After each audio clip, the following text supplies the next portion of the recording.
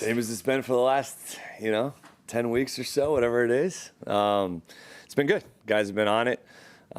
Good concentration, details in practice and walkthrough, good stuff to coach off of. And today we'll finish up with a little Fast Friday, tomorrow walkthrough.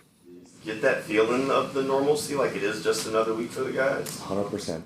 Yeah, I do. I think that they understand what's at stake without having to go and say, oh, this could be our last practice. This could be our last walkthrough. Or, you go through those comments or thought processes, just not where we're at. So just keep going through the week, and that's what it's kind of been same as. I know in the hunt there was a video, or part of it last night, where you said you never mentioned the word Super Bowl. You really didn't mention the word playoffs, as you told us too. So now this week, how do you balance that finality of playoff games with the 1-0 mentality? Yeah, I think that's just a result that will come on Sunday that we'll have to figure out what it is. I mean, you don't put yourself there at all. I have not put myself there at all, personally, is you just keep trying to do what you've been doing to the best of your ability, and then let the results be what they may, and go play your asses off on Sunday and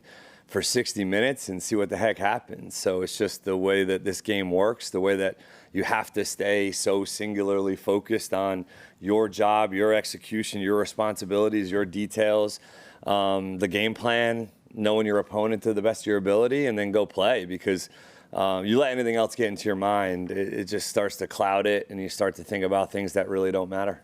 Yeah, when you call in a play to Trevor and say, like, wristband 23, what does that allow you to add to him, check-wise and stuff? Yeah, there's any reminders on the play or, different things to think about for that specific play or situation, more so based, like, all right, hey, you got 4 downs here, being smart, right? Or whatever it is. It just kind of allows you to throw a couple pointers into them.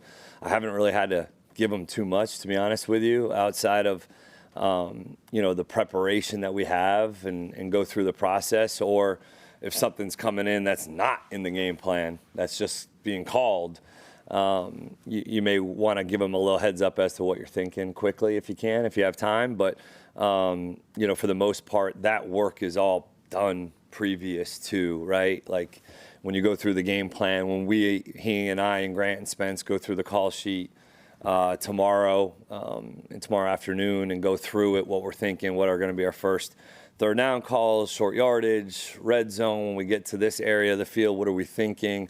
You try to stick to those thought processes because that's what he's now anticipating, unless things completely have changed based on how they play and what they're doing in the game. And so you try to keep it as rhythmic as possible, but the wristband at times does allow you to give a couple more coaching points.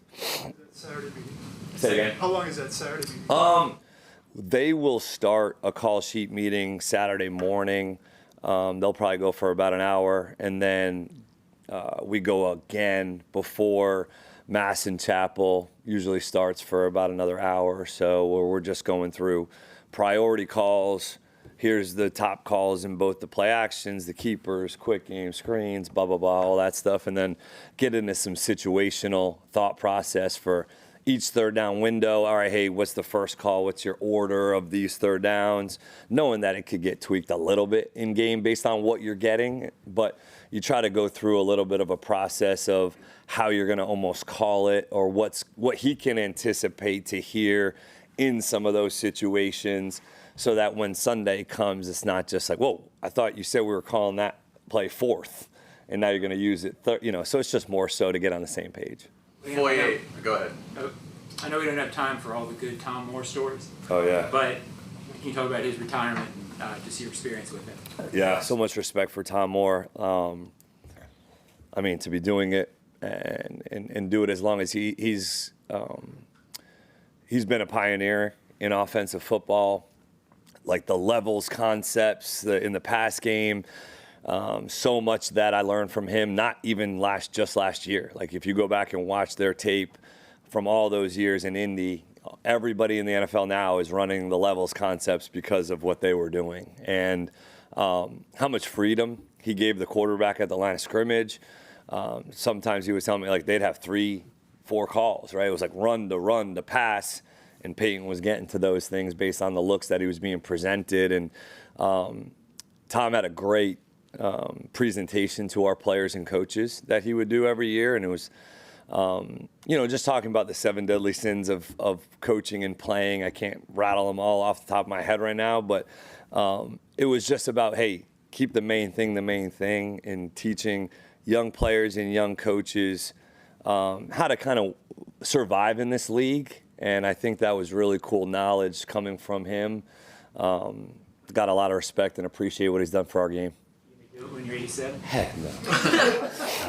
I don't know. If I'm fortunate enough to, right? I mean, Tom Moore is, all he's wanted to do is why he's done it this long is because he wants to help people. Like, that's it. There's no ego involved. There's no, I'm doing this for my accolades or for me or for any of those things. It's truly because he wants to teach and help. Bucky Irving was in his office every single day at 5:30 in the morning hanging out with Tom. I mean, if you're not helping mentor somebody and get somebody through their rookie year and be a part of success, I don't know what is. And so that's what Tom Moore is. That's what he's about. And that's what, you hope to take from him, guys like him that are really trying to help our game. Foye has been on the field for well over 1,000 defensive snaps this season. How important has his consistent presence been out there for the growth of the defense and the excellence of the defense? Yeah, critical. The communication, his understanding of the game plan. He takes the defense through a bunch of calls before we get to Sunday. They do multiple film session meetings that Foye's taking the guys through. Calls versus looks when they're watching tape, and they start to anticipate, some of those calls and what they can do within those roles and within those calls, and then the energy that he plays with on Sunday. And, you have so many of the clips that we show our guys of him, laughing, cackling on the field, just like hooting and hollering, having a blast. That's infectious. And the way that he continues to lead our group, the guy carries around tape in his pocket, like literally has a roll of tape in his pocket at all times. He just carries it around here, and he'll start taping something up before we go out to practice, and he's ready to go. So a bit of a throwback that way in the way that he prepares, the way that he plays on Sundays. It's really fun to watch him play football. Brenton Strange said yesterday when he came back from the hip injury, he was healthy, but he wasn't right. Yeah. Where did you see him really turn a corner to get back to where he was? I think obviously getting going against Arizona was nice, right? Like that first drive where he caught the big one that kind of got him in the game early. And that previous week of practice, I think that's maybe what he was referring to. Like, he definitely wasn't back yet. Like, he was back, but he wasn't feeling himself. And it took an extra week to get him really back to feeling better. And there was some frustration on his part during the course of that week of practice. And I think he just needed to get out there and get some of those cobwebs, kind of brushed off, get a little bit of the anxiety out, and just go play, because that's the type. He is 100 miles an hour every play. Like, that's the thing about Brenton is a lot of guys play this game probably at about 85 to 90% max velocity, I would think. I don't know if you're quite at 100 every single play for the entire season. Like, that would be probably really difficult to do. He's at 100% every single snap, every single play for the entire season. So, I think for him, there was frustration because he didn't feel like he could do that. And to see, though, how he's worked through it, to see the way that he's continued to impact and affect our offense in both the run and the pass. And he's got leadership qualities. He does. Like, he's not the most vocal all the time, but he's tough. And I think a lot of players respect tough. They see it. They know it when they see it. You don't have to say much to be tough. And that's something that he's continued to bring to our offense. How important has Greg Newsome been for you guys in that room just since he's kind of settled? Yeah. Greg, he's got a lot of confidence. He's seen a lot of football. He's smart. He's intentional with the way that he practices, the way that he tries to do things.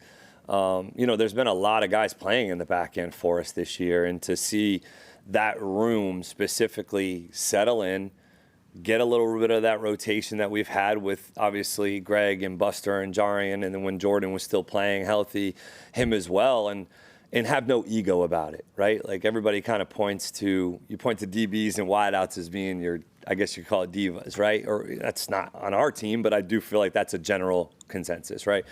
That not this group. Like this group just, they've been extremely selfless with the way that they've gone about their business and the way that other guys have success. They're excited for, they appreciate each other. They've worked their asses off as a group to continue to get better. And I think that's showing up on Sunday, and Greg's a big part of that. Easy to change or to guard against not changing your aggressiveness in terms of, like fourth down stuff and where or when you're going to let Cam try a field goal instead of a fourth down thing? Is it easy to kind of guard against that because points are such a premium? Yeah, I think so. I mean, look, you're trying to win this game, right? And so you can't think about the next one. You can't think about what if or what could happen if we don't do. I think it's just, look, the flow of the game always kind of dictates what you're going to do from a decision-making process. You have a philosophy, you have something that you believe in, but the flow of the game is going to have to determine how aggressive we are in some of those moments. And is it a high-scoring game? Do we need every possession we can get? Is it one of those games that, look, we're stopping each other when points are hard to come by? This is what we may need to be more of a kick mindset here. So, like, I don't have any idea where we rank in terms of aggressiveness or anything like that. And for fourth downs, I know we've tried to be aggressive, but that's going to be a game time decision with that. We talk about it in our game management meeting tomorrow. A little bit of like John and Shane and I will talk through, okay, coin toss. We talk about the weather, right? We talk about the stadium, the kicking, their kicker versus our kicker. And then obviously the fourth downs, right? Like we talk about some of those. We talk about 2-point conversion situations, overtime rules. Now that we're in the playoffs, got communicated to our players and what our thought process will be regarding overtime and whether we're going to kick or receive. So we've had a lot of these conversations, and ultimately it comes down to trusting your gut and trusting the feel from in game and seeing what's happening. Talked about guys never knowing when their number's called, keeping them engaged. For a guy like Walker Little, who's had, some rough patches over the course of the season, you've needed in the past couple weeks, might need him at a different position this week. How important is that coaching part, that managing the people part, to keep those guys engaged? Yeah, look, we wouldn't be in the position we were at without Walker Little, right? Like without a lot of these guys that have obviously helped us get to where we are. And, he's been able to play multiple positions for us, be flexible with kind of that rotation, be able to step in, play right guard for us, play it at a pretty good click for us for a few games, never having really played it before, and then have to, potentially slide back over to left at times. Like, that's just the way it goes. And, I think that that's something that you appreciate in offensive linemen. Like, you appreciate the selflessness. You appreciate the team-first mentality, typically, of offensive linemen, because their number one job is to protect. Right, to protect the back, to protect the quarterback, and to protect this team and this organization. So when you have a selfless group that has a team-first mentality like Walker does and like the rest of that group does, it typically helps you succeed. How have you seen the interior defensive linemen embrace what I think they know the assignment is this week and what the bread and butter of the Bills is? Yeah.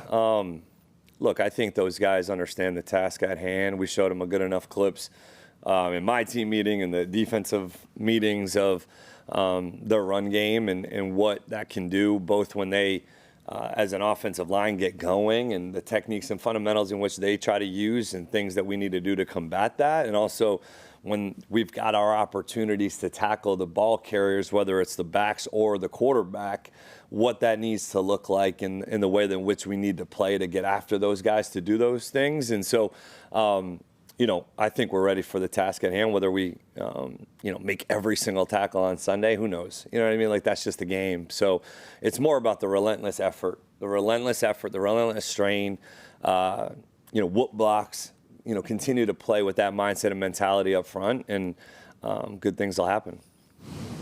Coach, thanks. Thanks, Liam. Appreciate it, Liam.